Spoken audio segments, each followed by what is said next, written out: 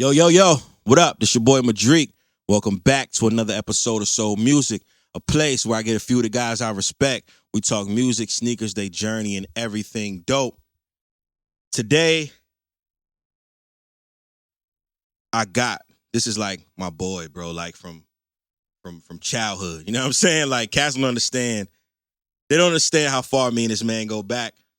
And my boy is doing amazing things now. My boy, ultimate hustler, lawyer, event planner, actor, writer, artist, everything you can name. My boy is done, man. Today I got my dog, Andrew Covington. Yo, what's good, my guy? What's up, man? My brother. How's everything been with you, bro? Everything been good, bro. How you been holding up through this crazy time?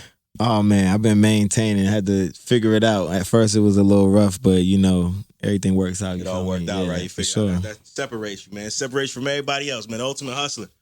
So, man, I wanted to bring you by, man, because one, cats don't really know how far we go back, and two, they don't know like your overall story and how important you are to even my career and a lot of people's careers around.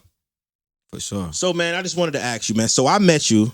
Well, we've known each other since we were babies, but we didn't really know it. You know what I'm saying? Until we got to like middle school. And in middle school, we reached back up. Maybe I want to say, what was it? 7th grade? Yeah. 7th grade, 8th grade.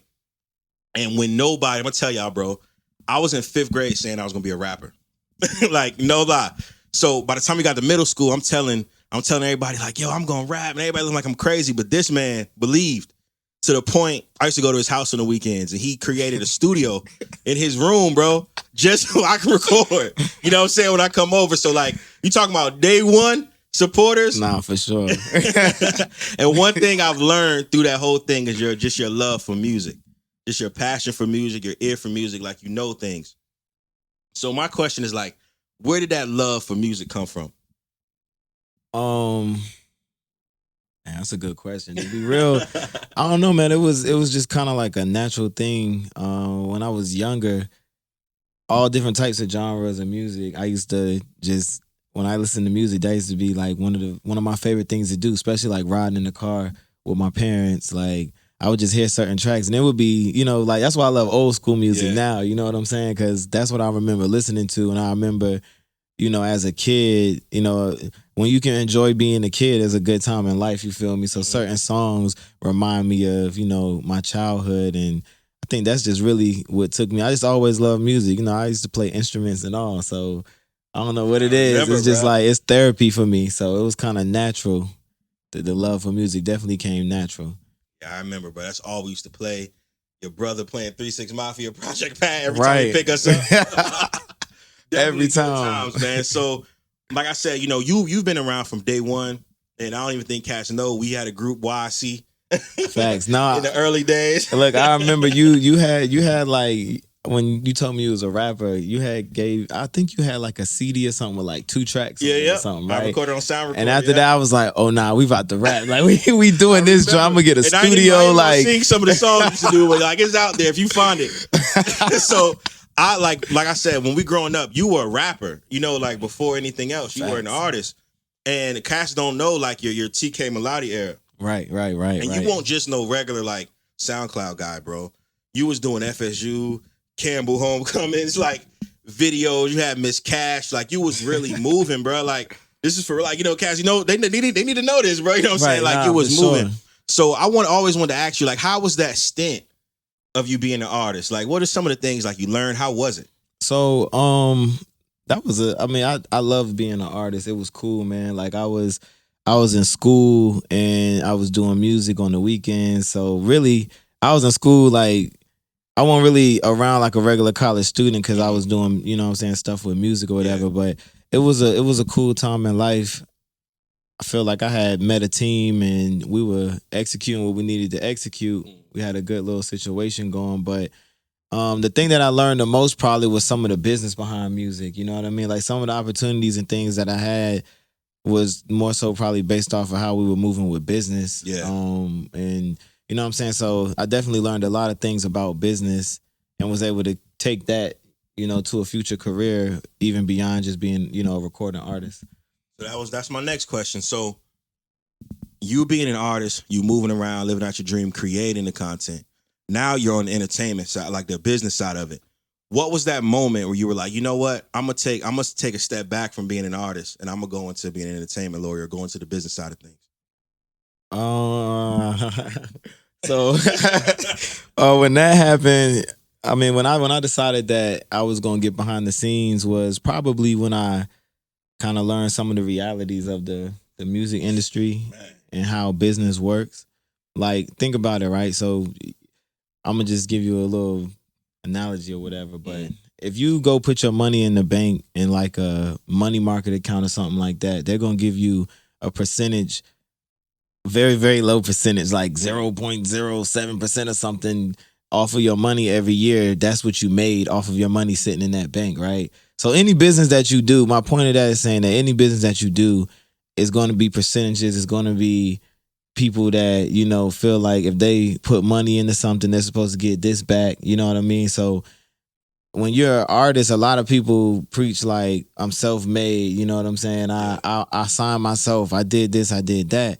So yeah, you can do all of that kind of stuff, but when it comes down to the real business, it's only a few major entertainment companies that own every other major label. You know what I'm saying? So I'm talking Sony, Universal, you know what I'm saying? Stuff like those type of companies, the real big ones. Yeah. So it's a business, you feel me? The music is a business. It's 90% business, 10%, you know, creativity and being in music and stuff like that. So with that being a business, sometimes the deals it's not for everybody, you feel me? So I had a situation where I had a record deal and I noticed that it just wasn't for me, you feel me? Like I wanted to be a star. I wanted to have money to provide for my people more so than be famous, but the famous life also looks great. You know what I'm saying? So I wanted all that stuff, but I didn't want to look like that and not have money for real. And not even just about money, but I'm saying I didn't want to look like that and not be able to create opportunities for people around me and stuff. Like, and they looking at me like, bro, you this big rapper, you signed and really, I really can't do nothing for you. You know what I'm saying? So that's when I decided like I would rather be behind the scenes and work with people and kind of teach them about this music industry so that they can make the best decisions and, you know, have a career that is prosperous. Because during that time, it did kind of mess with my creative nature, you feel me? Because it was just a lot. Yeah, it was a lot going on. So, you know, I went through a lot of emotions that kind of messed with my creative nature when it came to music. Because I feel like when you're making music, it's got to be a happy thing. You feel me? You got to be in a good space. Every area of your life have to be together in order to produce the best music that you got to do. Right. So, you know, that's dope. So fast forward, you go through your journey. You're an artist. You know, you're doing your thing. So you become an entertainment lawyer, right? So when I see you, I see lawyers, you know, I've talked to lawyers suited up, you know, real clean cut, you know, like doing their thing. And, you know, somebody like you who still has their locks. You know what I'm saying? Still look like the guys you representing. That's important. Was that like a conscious decision you made? Like, you know what, I'm going to stay true and show them like, you know, lawyers come in all different types. It was, man. I'm going to be real. I contemplated cutting my locks before, you feel me? But I had to think about what I really wanted to do with my lawyer career. So like one of the things one of my advisors in law school had told me, he was like, you know, don't go work on Wall Street unless like you really ready to commit your life to being a Wall Street lawyer in all aspects, you feel me? So I knew that I already committed my life to law school. Now I want to like, you know what I'm saying, have my own career and do, like, so I already knew that wasn't for me, but it was definitely certain situations that if I probably would have cut my locks, I would have had different opportunities. But I still ain't miss out on nothing that I feel like, you know, was detrimental or anything. And I don't feel like I really had any prejudice towards my hair directly that maybe I noticed, you feel me? But yeah, I made a decision like I'm gonna keep my locks. And even like I had went through an era where I was just wearing suits everywhere, you know what I'm saying? And one of my mentors was like, I mean, be yourself. A lot of people want you, they like you because they can relate to you. You feel me? So, and that's what I was telling you earlier, like as far as like when people address me, you know, if you know me as Drew, call me Drew. You feel me? Like, yeah, I'm an attorney, but I'm still, you know what I mean? I'm still Drew, you know? So, because, I don't want, like, I feel like when people discuss attorneys and stuff, it's always like a tense situation, kind of. Like, even if it's not like, because when you negotiating deals and stuff, that's definitely a tense type Facts. of time. But even like sometimes you just meet certain lawyers and you just feel like you gotta approach them differently. You feel me? Like instead of just, you need to be yourself with your lawyer so he can really know who you are, so he can figure out the best way to represent you. You feel me? So I want to be myself with you so you can be yourself with me. That's a good way to look at it, man. You know, when people approach you, they be like, bro, I'm gonna go to the guy who look like me. You know what I'm saying? I want to do business with the person that looks like me. So that's tight. Now, one more question about staying on that topic. Have you faced? I know you said earlier, you know, some things you weren't able to get, but have you faced any struggles or any challenges? I'm glad you asked me Being that, you? because I was gonna say, like, so you know, it comes with the good and bad, right? So Yeah. I do get a lot of people that respect it and they want somebody they can relate to. They want somebody that looks like them. You know what I'm saying? But at the same time, I've also had our people discriminate on me just because they probably feel like, I don't know, like, you know, some people, they rather they all right. Everybody knows Jewish lawyers are like supposed to be the most prestigious lawyers. You feel me? Because they're Jewish. You know what I mean? Yeah. Like, which has nothing to do with law. But you know, no disrespect. I'm just saying it has nothing to do with law. But I feel like some people want to go and get a big name Jewish lawyer just to say, you know what I'm saying? That's who they rocking with, and not to like not support another black man. But sometimes it be like that. They just feel like they, for their type of stature or whatever, they got to go get the Jewish lawyer or I'm gonna tell you, man. whatever. So I've been in situations where they were like, bro, you need to get you a Jewish manager.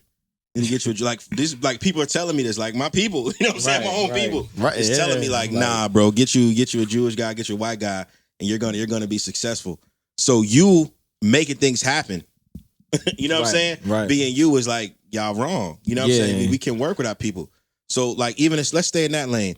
Like, people don't know, like, you've helped me with a lot of my business. You know, you've helped me like get some things done anytime I need some law stuff. As recently, you know what I'm saying? Right. You connected the trademarks dots and made things happen. Copyrights, trademarks, all that stuff. And I do want to speak on one thing about you as an artist, like that.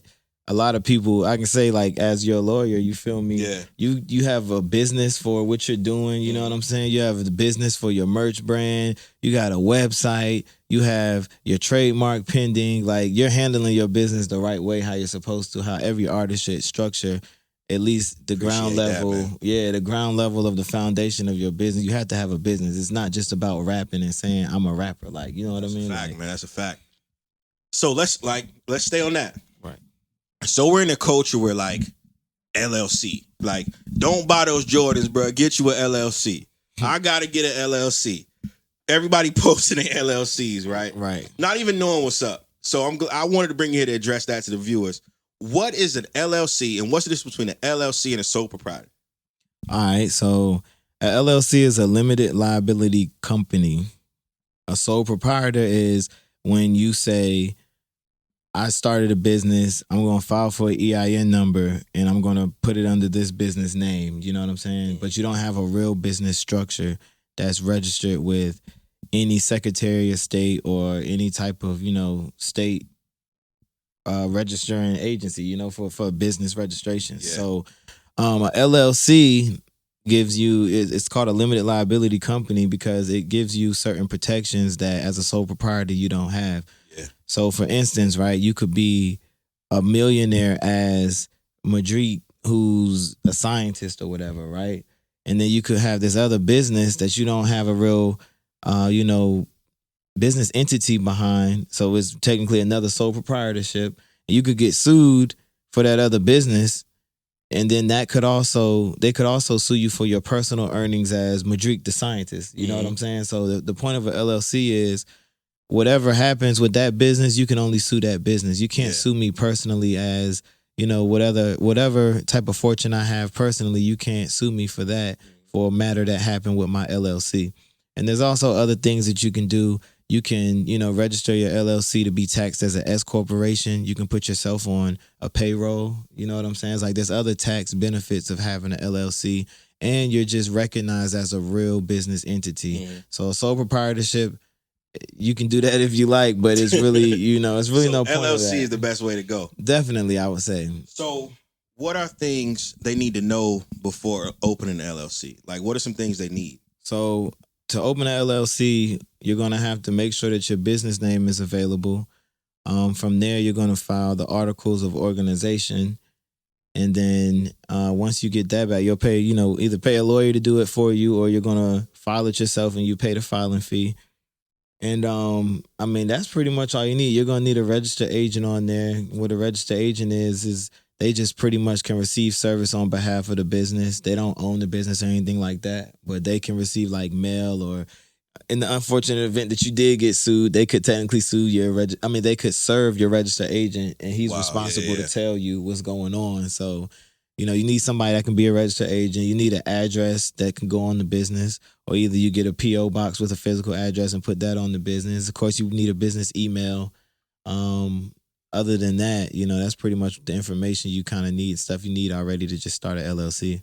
All right, now one more thing. What do people need to do once they get the LLC? What do they need to do to protect it? To protect it, so you're gonna want to start a business bank account, and everything that you do, you want to run through your business bank account. So even like if you have say you was about to buy something out of pocket with cash, right?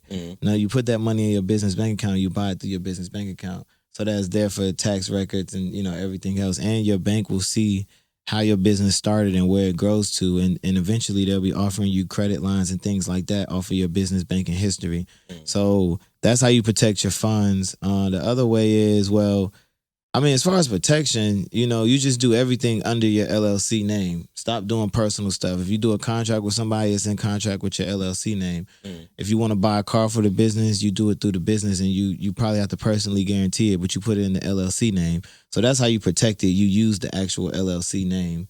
And then from there, you also get an EIN number, which is kind of like your, I guess it's kind of like your business social security number, kind of.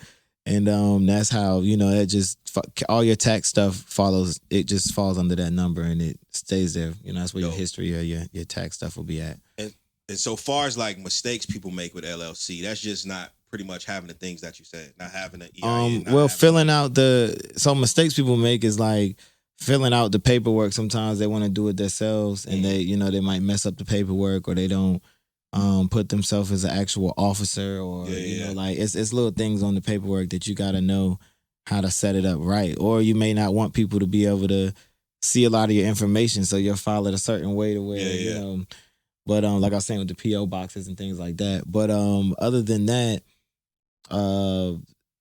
mistakes they make, they don't file their annual report every year in April. By I think April, you're supposed to file an annual report, and really what that is, you pay a fee to keep your business active, and then you also update any information that may have changed.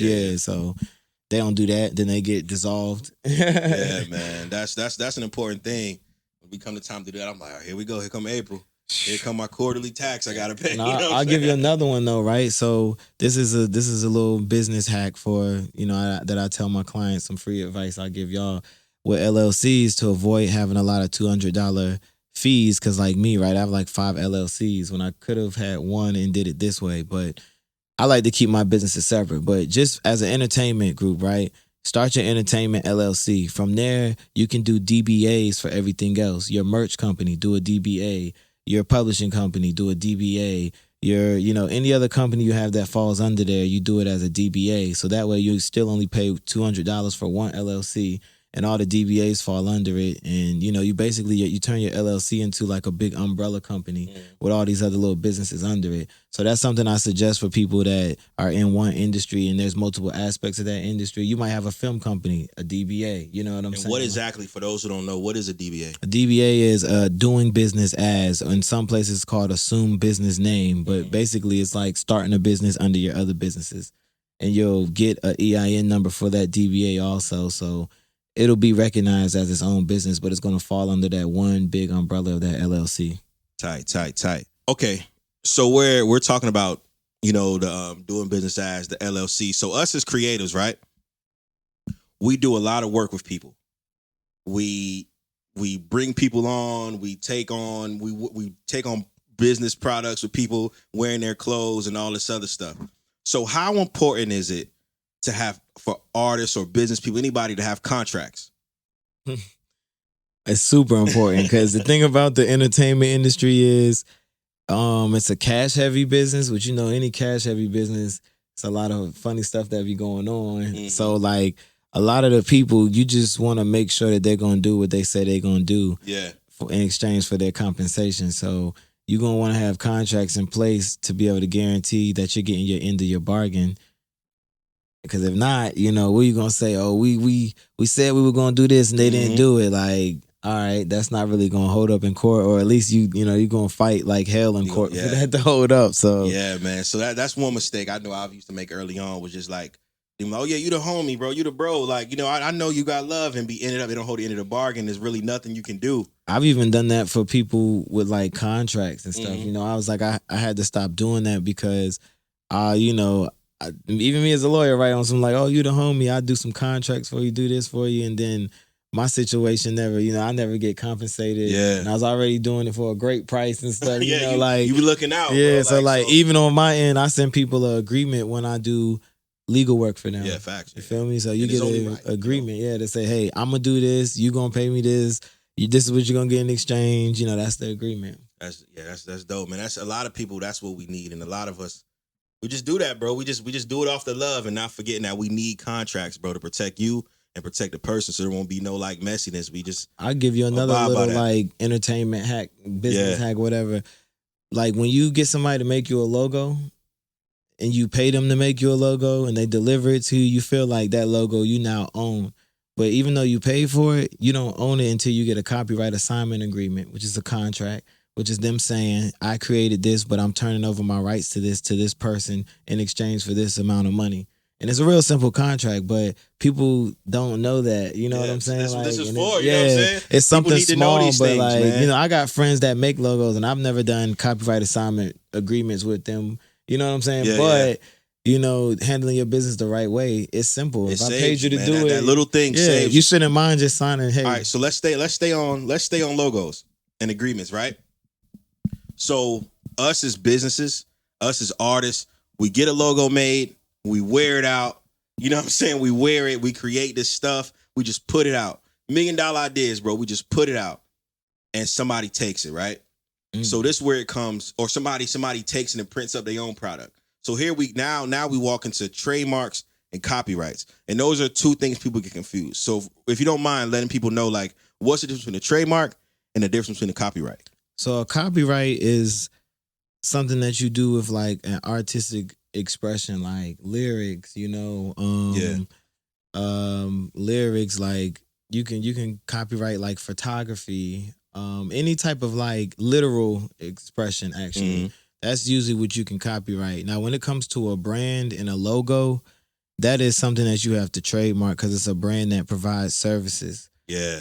So people is service mark, trademark, same thing. So when you have a logo, I get called all the time, I want to copyright my logo. No, you want to trademark your logo because it's a brand and it's going to go under a certain service and category. And, that's in a trademark you can do on a state level and a federal level, but you want to do a federal trademark. That's the one you want. You don't want the state one. That protects you like all over. Everywhere, yeah. And like if you can have an LLC and a state trademark. If I go file a federal trademark application, I'm going to send you a cease and desist and you're going to have to, shut that down. Even though you have a state one, because I have the federal one. So that trumps state. That's dope. So say you get somebody that be like, I don't need it, yo. I'm gonna just put it out. I don't need it. Is like that something that they need? Like, is that important? So to have? What I actually recommend for my clients is if you have a brand that you want to start, do your research on the internet and see what's out there, right? Even if you just on Google and you Googling your brand name to see what comes up. Just because you don't know how to trademark search, right? Yeah. Even do your due diligence on Google. See what comes up. See what websites. Look on social media. Search that brand. See who also has that. If no one has it, print some stuff up. You know what I'm saying? Go ahead and get it moving, selling it, whatever you're trying to do. And then from there, you need to start your actual business, like your LLC. Then you want to file a trademark. Your LLC can actually own your trademark. So when you file your trademark, from there, it's like, you know what I'm saying? You're going to do an actual use application because you're actually already selling merch. You're already using this brand in commerce, which I recommend to my clients to do an actual use application because that if you do intent to use, we're gonna file an application and then we're gonna have to come back and show them when we actually start When you using started, it. yeah. So if you got money to pay somebody to file an intent to use and then pay them to come back and prove actual use to the trademark examiners, then that is the proper way to do it. But like a lot of people, trademarks are expensive, so I tell people, just do a little search. Go ahead and get your stuff moving, get you buy the domain name, you know what I'm saying? Get the LLC, and then I'm pretty sure the trademark, or hire a lawyer to do a trademark search before you do all of that. Before you do that, yeah. Yeah, so I mean, that's the real way to protect yourself. Get somebody to do an actual real search if you can't do stuff on your own, like when it comes to searching. Man, this is good information, man. I hope y'all locking it in. Yeah, for sure. So now let's get into the recording side outside of a business. So us as artists, we do a lot of music. A lot of us start today and put music out over and over and over again. But a lot of people don't really understand the performance rights organization. So like your ASCAP, your BMIs and stuff like that. So if from just your experience, what is the difference, if there is a difference, between ASCAP and BMI? Probably just how they do their fees. I mean, I don't really know no big difference. Yeah, that's you know what I'm saying. So I want people to understand that. It's like really no thing. It's your preference. It's your preference. So, like I think ASCAP may charge you to file your regular performer application, but BMI doesn't. Yeah. But I think BMI charges more for their publishing applications than ASCAP does. So it's like tomato, or whatever. And for those who like confused, like ASCAP, BMI. What exactly is though? What are they? They're performing rights organizations. You might hear them referred to as PROs. And what they do is they pay you out for like when you have performances and your music is performed, or like your music is playing like at a stadium or in somebody's restaurant. Because like people don't know, every restaurant, every place that's a public venue that plays music or has a playlist, they're supposed to pay for a license from BMI also. And that's what helps pay the artists whose music are being played on those, those different channels and stuff inside restaurants and places like that. So you'll get paid from that. You go in there, you register your songs. You go in there when you do performances, and you tell them when you performed, how many people was there, what was the venue, and they'll send you money. You know what I'm saying? So I can't tell you how much money they're gonna send you. It's all about what you do. But yeah, so they will compensate you. That's what their job is to do. And yeah, with ASCAP, BMI, you can sign up as a writer, you can sign up as a publisher. Yeah, it's so because it's the publisher so much. Is you want to make sure that you do both, because people don't know that your publishing is another percentage that's out there. That if you're not a publisher, some publishing company's gonna get it. Some default, Like, and that leads me to go like we can talk about royalties, right? So we're in the era of streaming. So we put out so much music. Our music is played on college radio. Our music is played on podcasts, all over the place. And that becomes, you get your like performance royalties, you get your mechanical royalties, your sync royalties. There's so many ways to get it. So real quick, what is the difference between performance and mechanical royalties? So the mechanical royalties are royalties that you get from like streaming, like Spotify, Apple Music, all those different digital streaming platforms. And then the performance royalties are from when your musical compositions are performed or broadcasted. So that's super simple like that, man. Yeah, because I'm gonna tell like artists, pay attention to that, bro, because there's a lot of money out there. I remember I got on Sound Exchange, and that gets a lot of your digital royalties, right? Yeah. So I typed my name in, and I had royalties, bro, dated back to like 2008. Like just sitting there. Like money just sitting there, bro. I was gonna say, like, oh my goodness. Like so PROs are not gonna pay you your mechanical royalties. So like Sound Exchange is one of the things that people don't really know that you have to be registered with to be able to get those royalties. So your PROs is performing rights organization. So that's where your performance and it's just sitting there royalties. Like, like nobody touch it. It's for you to claim. And they, I signed up. They sent me the check. I'm like, bro. All this just been sick because you never know who plays your stuff. Right. And even something like Song Trust, like, you have a publishing company, but you can't track down everything that plays through all over the world. You know what I'm saying? Right. So that's where somebody like Song Trust to come in and gather like all your publishing. Oh, I'm gonna give you another one that people need to know. So it's the what is it, the ISRC code. Oh yeah, we need that too. So that's yeah, important. that code right there is how all these different places are able to track your song Mhm. and have it sitting somewhere. And sometimes they're like different companies will already give you one, like when you distribute your music. Yeah, like DistroKid. Right, yeah, United Masters, so- they'll provide you with one. But that's like your license plate for your for Yeah, your it tracks- music. So you definitely have to have that on your music because it tracks everywhere that music is played. Right. And that's how these organizations are able to. and even to like gather. digital radio and stuff like Mhm. Sirius XM. Yep. They're like Sound Exchange will pay you from them. So we say all this to say, artists, bro, it's so much bread out there for y'all to grab off of y'all music. You know, so many ways to do it off, you know, syncing, licensing, so much stuff for y'all to do. So I appreciate you for, you know, giving that knowledge out, man, because people need to hear this. You know what I'm saying? no There's doubt. a lot of us out here that's running blind. I No say doubt. us as an artist, you know, us as in business owners and people who's, you know, putting out content. We got to protect ourselves and just know your stuff, man, because Yeah, you know you're missing out. I was about to say, to recap it, man, is start a business, protect your business with copyrights and trademarks, and have your, you know, royalties and publishing set up.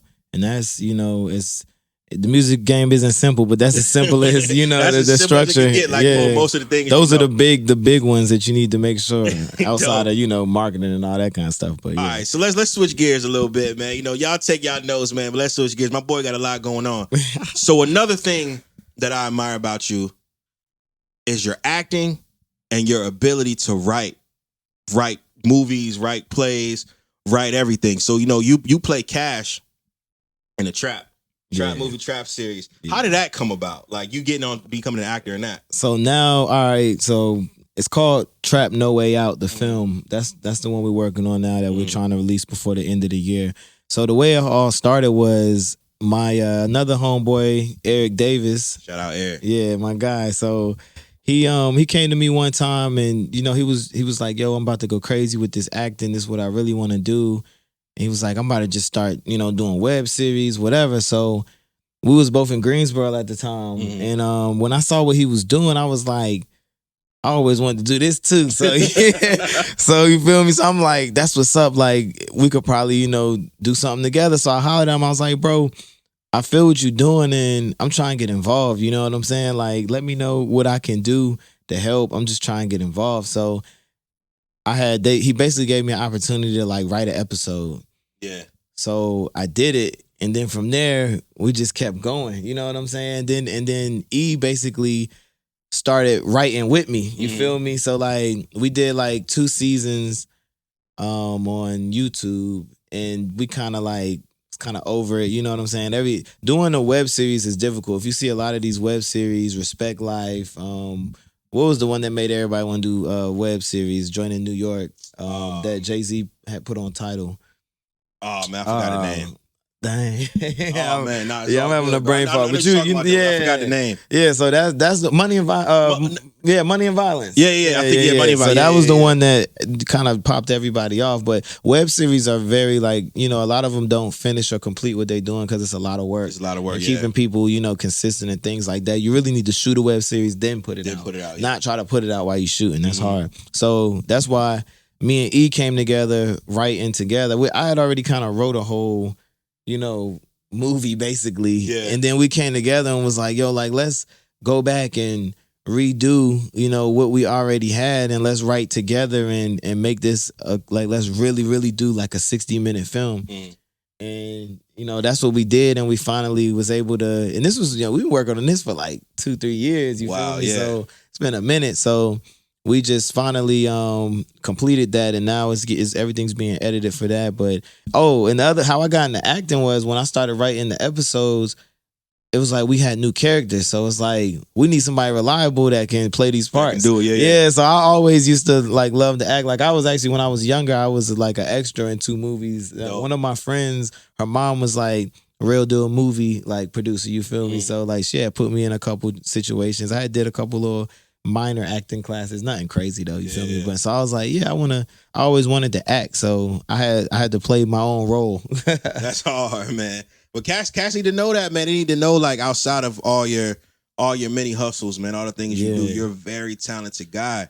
And And it's not easy to write plays, bro. Write scripts. It's not easy. I think my musical side of me kind of turned into the movie Mhm. producer because like with music, I used to like my music. I used to just make whatever I wanted to make. Yeah, But yeah. my favorite type of music is like story type music. Mhm. So that's kind of how I've kind of converted it to being Yeah. a script writer. You know, That's dope, man. That is very dope. And I know you here. You know what I'm saying? They called your boy up to do a little shot in the movie. Don't cut me out. You know what I'm saying? nah, that's in there. That's in Keep there. your boy That's in there. bro. That's in there. You know what I'm saying? And I And had a little speaking line. Shout out my boy Eric. Make sure y'all watch that, bro. Your boy got his acting on. for sure. And whatever track he let me get a license agreement to throw on Man, the that's not movie, even man. a question, bro. That's not even a question. You know, I got y'all you look on for music, all man. that.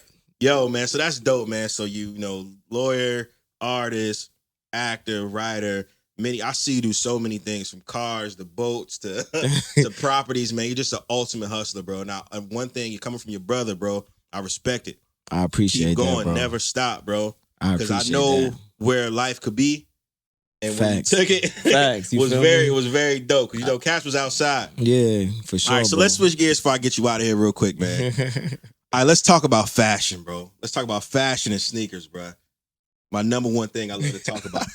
You're a fashionable guy, bro. Anytime I see you, even if you like, I remember one day I saw you in the old school just with a beater, and I was like, my boy's still clean. You know what I'm saying? Appreciate that, bro. My boy, Appreciate where does that. your love for fashion come from? Probably my mother, man. My mom was real trendy, and all of her friends, and Fly. everybody everybody around, Yeah, with her era, like our mothers was friends. Both of them was trendy. I Bro, kind of think we super get fresh. because my pops, he ain't really like in the fashion Yeah, like yeah. that. He could care less. You feel me? So like I definitely get that from my mother and her whole world that she brought around me. So Yo, shout out Mom Dukes, man. Mom Dukes, she looked out for us my a lot, bro. my aunties, all my man. aunties, they used to Yeah. keep me fresh too. They would Yeah, definitely man. be like, "Oh, he need these." Like, I remember us being younger, like just being out, us being in elementary school, middle school, wearing Von Dutch. Yeah, you know what I'm facts. saying? Like only My- kids at the time were in my that stuff. my aunt Karen actually, she always held it down. Bro, She laced us, bro. Yeah. Like She Cass won't don't know how plan. close me and his She man won't is, plan. bro. Like, bro, it's a whole nother episode for I my swear. boy. But that's one. So Brother. your parents, all that stuff, it dragged on. So like you being out and being in the scene, like being in the clubs, being on places, how important is image? Image is very important. And especially in this era, this digital era we live in now. Like that's what I was telling you earlier. Like even with my law firm, sometimes I struggle with what kind of image, you know what I'm saying, to have, like, because I want my Instagram to be super professional. But like I learned that like your lifestyle sometimes is what'll sell your brand too. You feel me? So like I feel like image is very important. Gotta figure out what kind of image you want and stick with it and definitely don't be scared to show it because people want to see. They want to see that. Yeah, and it inspires a lot of people, man. It really shows you who you express who you are Right. through the image. And I was having this talk today in another interview I did earlier. It's like, image is very important, bro. How you display yourself, not even just in fashion, just how you display yourself on your websites, how you display yourself in all over the place is very, very important. All right, real quick, before we get out of here, bro. Cats don't know you was outside during the sneaker culture, bro. Like even For today sure. coming in, you came in the ones, bro. Like I remember us running in South Carolina, bro. I'll never forget it. Running through the mall to get the black tinge. Like waking up early. You remember I remember that, dog. Like Oh, early, man. Me and my the Them sneaker joints, thing. those was I the remember like ones. during the SB era, you was outside with us. I remember you came to sure. school with the Guns and Roses, bro.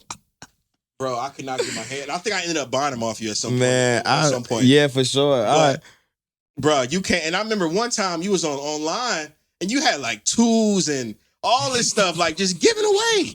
And I'm like, bro, what are you doing? Like coming to school and like I remember one time you came to school in the 19s. And I'm like, bro, Oh what? yeah. Like, nobody's rocking 19s, bro. Those was. That's I crazy. like them joints. Bro, nah, I was bro. like, yeah, I need those. Cats need to know, like, you don't play. Yeah, no, like, I they see definitely. you a designer and stuff, but you don't play. Yeah, bro. nah, for sure. Like I got a crazy closet of shoes. I love shoes. Shoes is like that's like art to me. You feel me? So I can only imagine all different it now. kind of shoes. I remember your closet in elementary, in high school. That's all we used to care about with That's all. shoes. Just get Look, switching up the laces, and we'll go get a plain tee and still be super fly. I remember one time, me and my This how I had on the. We gotta find that picture. He had on the Iverson jersey. Had on the warm. Oh, that's legendary. That's the legendary. He had the fat laces, had the thin laces, and our black Air Force Ones. Bro, those, man, we used to do that. That's a legendary pick right there. We gotta find it, bro. We gotta use it. I got it somewhere. And the one is still on MySpace, but y'all don't go find it. But the one we took in the hallway, remember? Oh yeah, for sure. Oh man, those are legendary. Shout out Steven Townsend too, bro. Real quick, the boy Steve. I say all that to say, bro. Like, what is your favorite sneaker? Out of all the ones you got, what is like one of your favorites? When I was on the way over here today, I had a feeling you was gonna ask me that question. My favorite overall, probably all-time favorite sneaker is definitely the pennies, like all them joints. Good choice, bro. Good choice. And people like, you have your Pippins, you have your Jordans, but Penny's signature line is crazy. The Penny 1, Penny 2, the foam posits, half cents. Like he has a nice run. Flight posits, all them joints. So out of the pennies, like out of the Penny 1, 2, like what is one of your standouts out of all the pennies that he got? Oh man, because it's a few of them. It definitely is. I know it's probably that's what I'm trying to think, man. Because I can't just pick one. I can't pick one. I feel you. It wouldn't be the foam posits though. That wouldn't be my like overall favorite. I love the foam posits, but I'm trying to decide over the. I'm gonna tell you, bro. The Penny 2, eggplant joints. I got those. Man, Rocky, I sold those to the homie one time, the 09 pair, and he just sold them. Like he sold them. I was so hot with it, bro. I was hot. And the Penny 2s, man, I wore them to Dreamville Fest, and they ain't been the same since, bro. Word. They over. I don't know what you was thinking. I don't know what you was thinking wearing those there. Bro, I was tripping. But that's a good shoe, man. That's a real dope shoe. For sure. I see you in a lot of like designer, you know what I'm saying? Like designer shoes, designer clothes. When it comes to the footwear, what do you prefer more? Do you prefer more the designer or more of like the on-court shoe, the lifestyle shoe, like sneakers, whether it's Vans, whatever? Which one do you prefer the most? Now I do like designer shoes. You know what I'm saying? So like I like designer. Like if I'm like going somewhere doing something like that, it's probably gonna be a designer shoe for the most part. The comfort or like the overall look of what you wear. Probably the overall look for real. And I like so many different type of designer shoes, so it's like it's not like it's just one. And it don't gotta just be designer. I mean, it might be if somebody got something that just looked like like something different. I like it. You feel me? So like I like sneakers still, like the tennis shoes and sneakers. Like I'm still rocking with them. I throw that on. Like I kind of wear those like more on like lounge type clothes. You feel me? Like I'm chilling. You know what I'm saying? Yeah. When like you stepping out, you pull out a designer. Probably, yeah. That's hard, man. 9 times out of 10. Bro. Yeah, Cash need to know that, man. Cash need to know you don't play around, bro, when it comes to the sneakers, bro. Like, you come from that era, bro. You was around us, bro. You know what I'm saying? Like, I remember those days you be in Winslow posting, you know what I'm saying? Yeah. So, yeah, man, that's hard, bro. Winslow Park. Before we get out of here, man, do you somebody who's watching this and starting a business or taking on a music career, do you have, like, just any quick advice for them, man?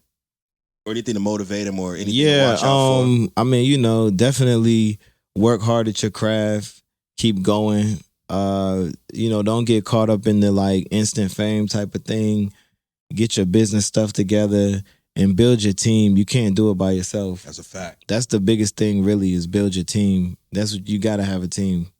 It's a fact, man. And that's the hardest part, honestly. That's the hardest part, you feel me? So trust. It's like you got to identify the different things that you need that you can't do yourself, and then you got to find somebody that can play just that position. Mm-hmm. Not to limit them or nothing, but you want somebody that's their position, that's what they do, and that's what it is. So see the vision out. Facts. Well, yeah, man, that's all I have for you, bro. We talked your journey. You came through, gave some great information for up and coming artists, up and coming entrepreneurs, man. Just coming from your brother, man. I'm proud of you, bro. I appreciate you for all you've done for me. Like, people don't even know, man. This man has curated some shows for me. Like a lot of my business stuff goes through him. So, like, you're a good dude, great dude. Make sure y'all hit him up. Let people know your law firm. Let people know, like, your Cavalli group. Like, any ways to reach you. Let them know, man. Oh, for sure. So, for the law firm, I got a website, thecovingtonlaw.com. You can follow me on Instagram at Covington Law. My personal Instagram is $1,000,000 ESQ. Follow my concert promotion. We actually, man, so the Cavalli Group is now it's a lifestyle brand pretty much. Tight. And we actually just merged with this company called Creative Nation. So now on the concerts, we're just gonna be running with the brand of Creative Nation. We're the North Carolina, division of it or whatever. So follow Creative Nation NC on Instagram. We got mad concerts coming, large scale shows. And follow the Cavalli Group too, Valley Lifestyle. That's our lifestyle brand, which is also a concierge business down in Miami, where we doing mansions, yachts, exotic cars, basically rentals for anything that you looking for, private planes, whatever. It's hard, man. Ultimate hustler, bro. So man, y'all shout out my boys, man. Shout out my boy Andrew, man. Appreciate you coming through, bro. No doubt. Like I said bro. again, Anytime. man. It's all love. Appreciate it. I want you to have your flowers, bro, because cats don't know the work that you put in and the foundation that you laid. I appreciate between that, bro, North for Carolina, DC, Miami. You know what I'm saying? They don't know you run all through it. You know what I'm saying? Yeah, Do your for thing. sure. So man, keep going, keep working. Thank y'all for watching. Much love. Soul Music. Make sure y'all like, comment, subscribe, and share. Let everybody know we got going on over here, man. I'll see y'all next episode, man. Soul Music.